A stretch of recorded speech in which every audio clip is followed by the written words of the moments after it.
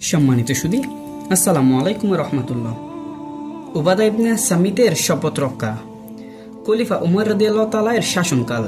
মুয়াবিয়া তখন সিরিয়ার শাসনকর্তা। মদিনার কাজরাজ গোত্রের হযরত উবাদা ইবনে সামিত গেলেন সিরিয়ায়। বায়াতে রিদওয়ানে শরীফ আনসার উবাদা ইবনে সামিত সত্য প্রকাশের ক্ষেত্রে দুনিয়ার কোনো মানুষকে ভয় করেন না। সিরিয়ায় ব্যবসা ও শাসন কার্যে কতকগুলো অনিয়ম দেখে তিনি ক্রোধে জ্বলে উঠলেন। দামেস্কের মসজিদ। সিরিয়ার গভর্নর মুয়াবিয়াও উপস্থিত মসজিদে।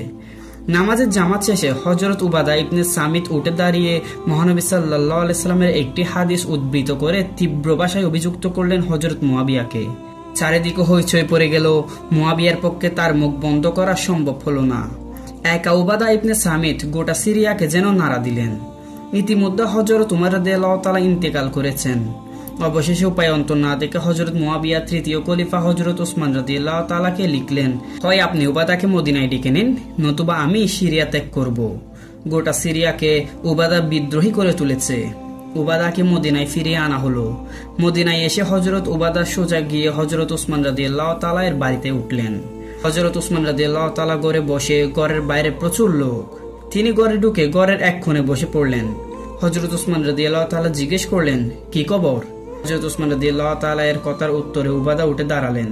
স্পষ্টবাদী নির্ভীক উবাদা বললেন, স্বয়ং মহানবী সাল্লাল্লাহু আলাইহি সাল্লামের উক্তি, পরবর্তীকালে শাসকরা অসত্যকে সত্য এবং সত্যকে অসত্যে পরিণত করবে, কিন্তু পাপের অনুকরণ বৈধ নয়।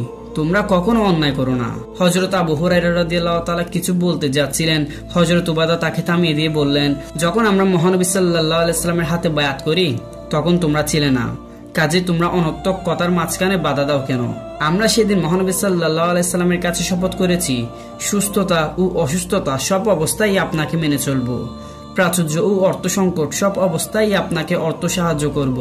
ভালো কথা অন্যের কাছে পৌঁছাবো, অন্যায় থেকে সবাইকে বারণ করব। সত্য কথা বলতে কাকেও ভয় করব না। হযরত উবাদা এইসব শপথের প্রতিটি অক্ষর পালন করে গেছেন জীবনের শেষ পর্যন্ত। তার জীবনের অন্তিম মুহূর্ত তাকে কিছু ওসিয়ত করতে বলা হলে তিনি বললেন, যত হাদিস প্রয়োজনীয় ছিল তোমাদেরকে পৌঁছে দিয়েছি, আর একটি হাদিস ছিল বলছি শুনো। হাদিস বর্ণনা শেষ হবার সাথে সাথেই হযরত উবাদা ইবনে সামিত ইন্তেকাল করলেন।